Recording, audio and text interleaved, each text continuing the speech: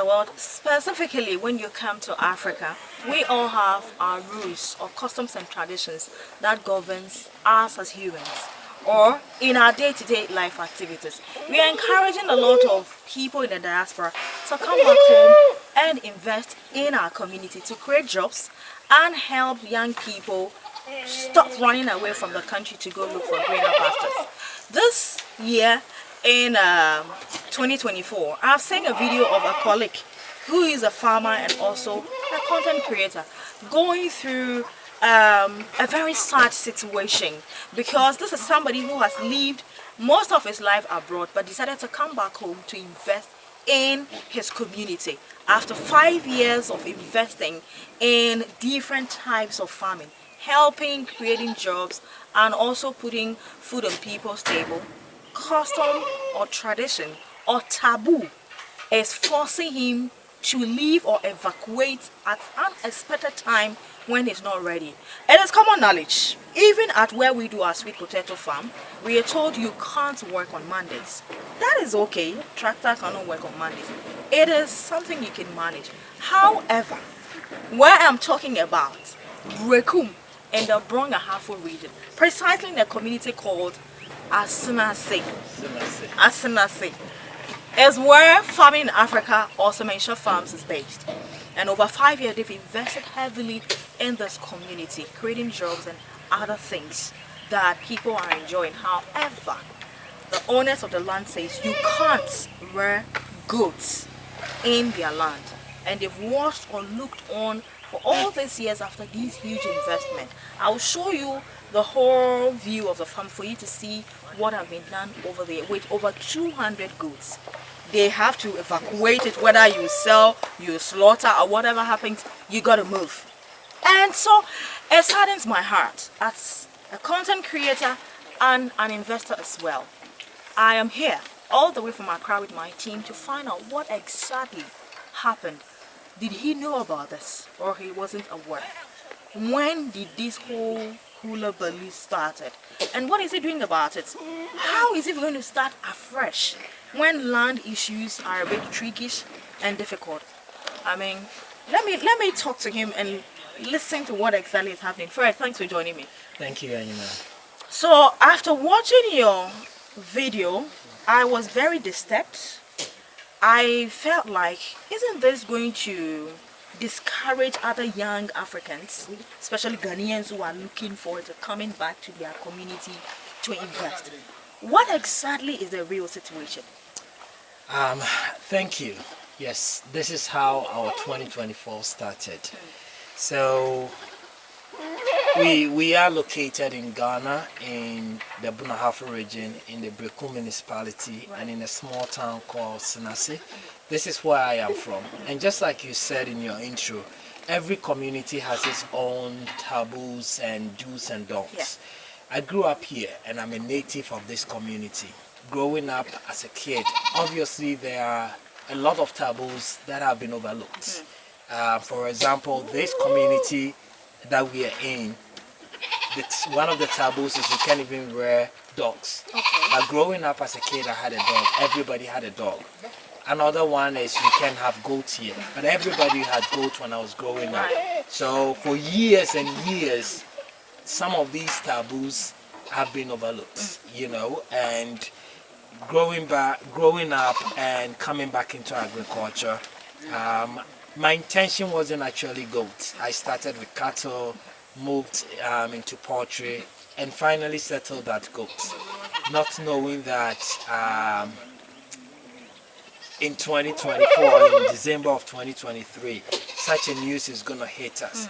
But what happened initially was, somewhere in July, my team called me and said, hey, there has been an announcement in town saying everybody should vacate their goats. Okay.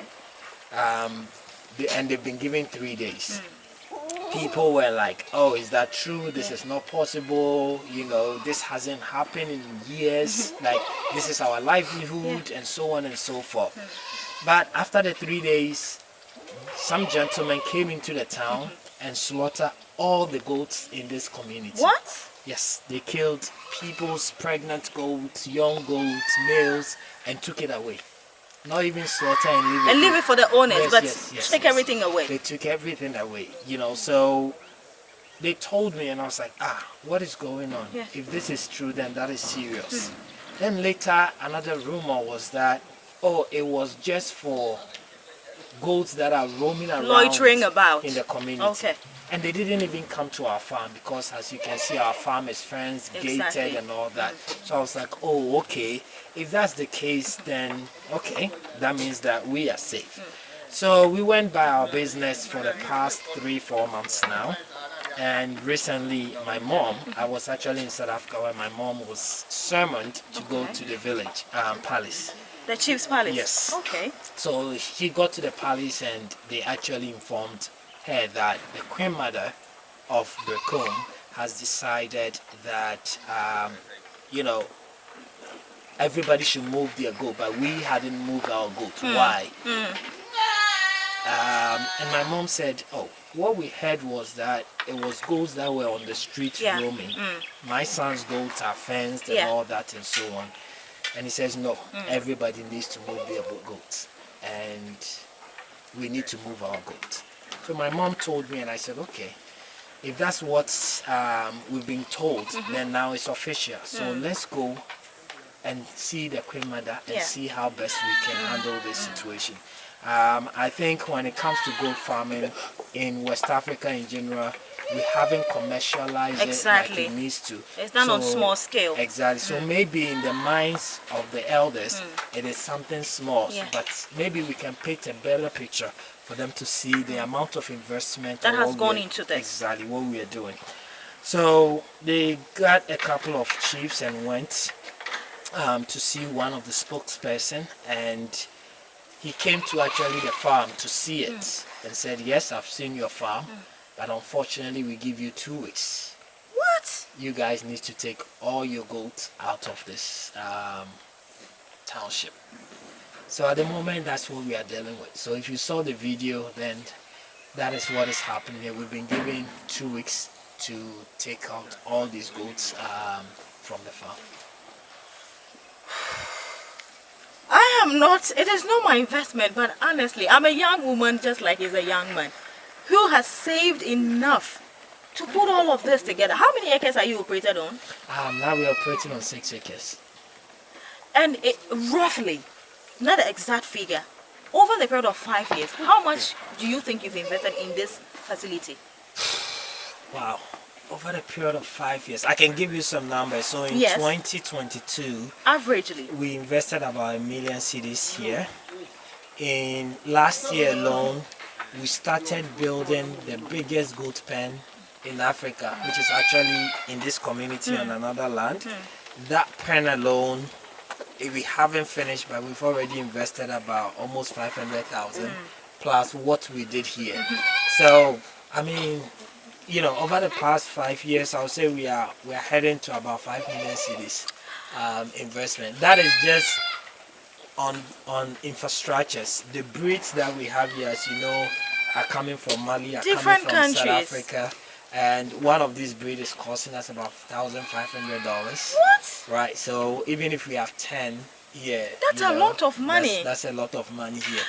Now, did your family own the land, or you had to go and seek permission and then you bought it from the tradition and the leaders? Which is which? So I bought the land from the traditional leaders. Did you tell them what the purpose of the land was? No, I just told them I'm coming to use it for a farm. But when I started the farming, they know. I mean, they all pass through here to go to their farm, so they know it's a goat farm. And we've had it for years, and nobody has ever stepped here to tell us that, hey, this you're doing, you can do it here. This is just an order from, not from this community, but from the Berekum chief, basically. Yeah, so the community here, the chiefs, they know of this project since the beginning of it. And they looked on for you to have invested to this far before they are asking you to evacuate within 2 weeks. Yes, unfortunately. So at the moment, what we are trying to do is actually plead with them to give us more time. We've had, I think, twice a meeting with them, but they still has said Nothing no. really has changed. They still Fred, stand by that. how does this make you feel as a young investor who has thought about your people?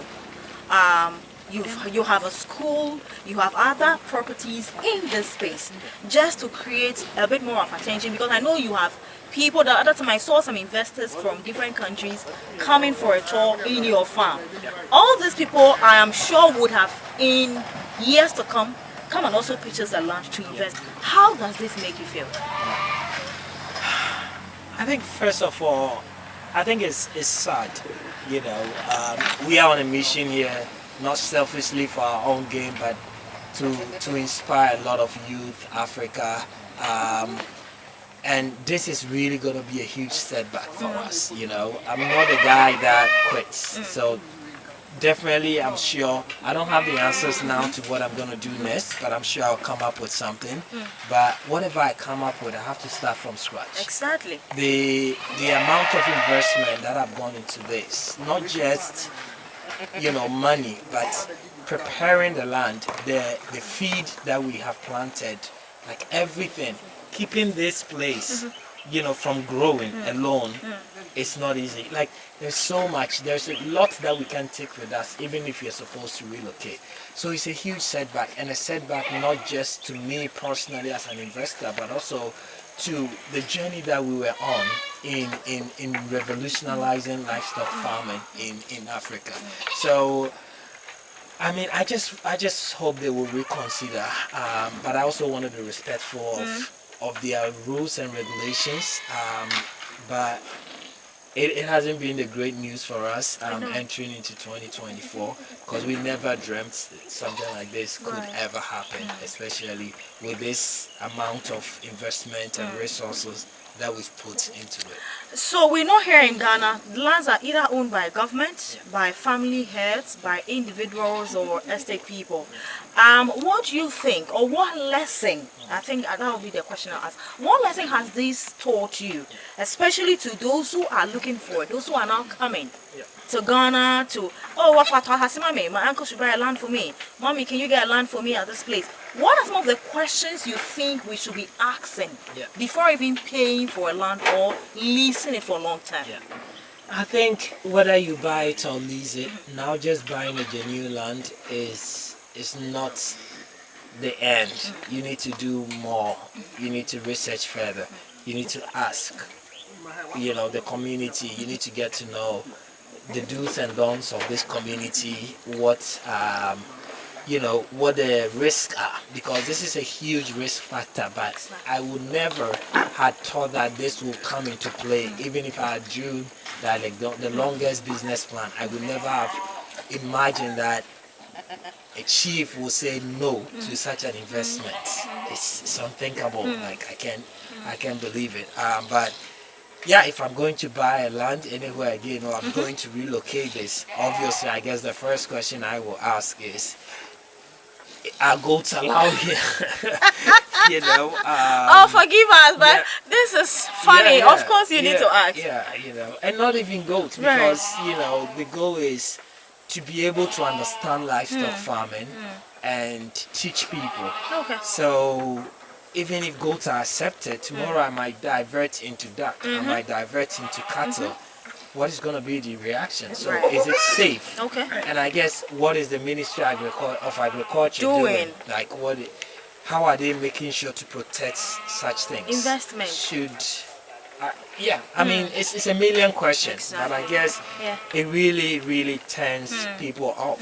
And as I said, I don't have the answers now, and I don't want to make any hasty decisions. But this doesn't create a conducive environment for investment, because whatever I can liquidate from here, I think the question I ask myself is, how much is it worth the risk again, or should I?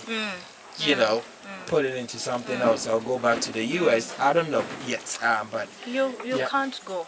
Going back to the US, please, is not an option. Don't leave us yet, because whatever it is you're doing, especially with the feed you're producing for livestock farmers, it is something unique that if not for you, we would not have still discovered or thought about it for once. So it hurts as an investor. It hurts me, and I'm sure if you're watching, do not be discouraged coming to invest in Ghana. But like Fred said, next time in a different region, when he's going to buy land, he would ask all the pertinent questions. Is there any animal that I can rear here? Is there a crop I cannot grow here?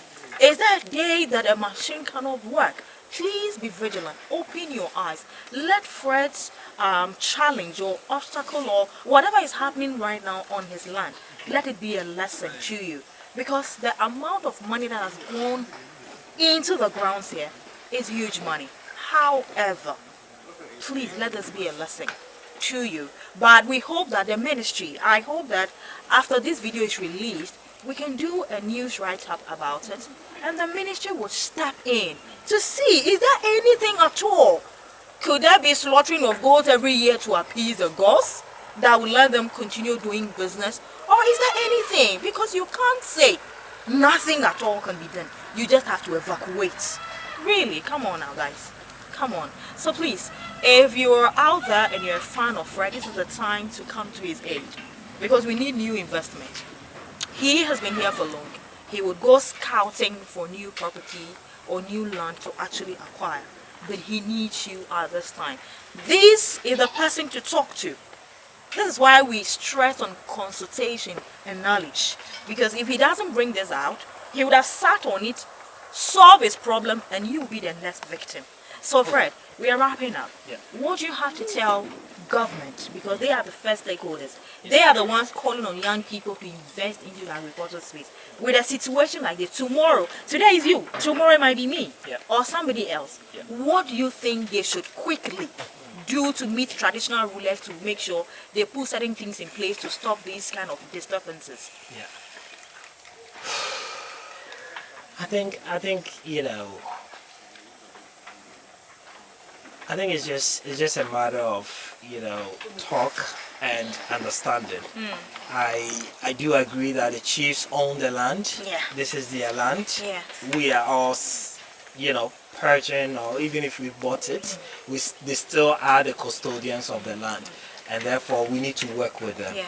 And I think without us, they are also ruling an empty space, right? So you need people to govern. Even a president, a minister, you need people to govern. So it is smarter, wiser, and peaceful that both the people and the chief exist peacefully and find an applicable way of resolving the issue. I think whether you're a chief, you're a queen, you are a president, you have your source of food and revenue. This is somebody's source of revenue. As you said, I am young. This is my investment, right? And if something like this happens without an intervention, without any support, as a young man, where do I begin again? Where do I get that revenue again from to build it? But if we don't see that and we just follow one path that because it's wrong, then we are not coexisting peacefully. Right, so to me, I just hope that the chiefs will reconsider, if that's possible. The Ministry of Agri, this is something we are all doing to promote and support agriculture. We all eat, and we need farmers like myself to not just even produce, but continue to inspire and educate other people as well. So, I mean, if there's anything the ministry can do, I think this is the time. I think the 2 weeks is just not reasonable from my point of view to move over 200 goats from this land to where? It's not possible, and all these things that I've done here, all these investments, like, it's not movable. Yes, they said a house is not like a box, otherwise everybody will carry theirs on your head. They are traveling, But oh my goodness, this is what it has come to. Indeed. So there's more to come. Follow Farming on Africa, the channel, and I'm sure he will keep you posted with happenings. I mean, after the 2 weeks, if they'll be giving another grace period, I'm sure he will let you know. But for us as advocates for farming development or agricultural development in Ghana, whether they're good or it's not going right, we need to talk about it. So stakeholders will not say we are not aware. This, you are aware about it.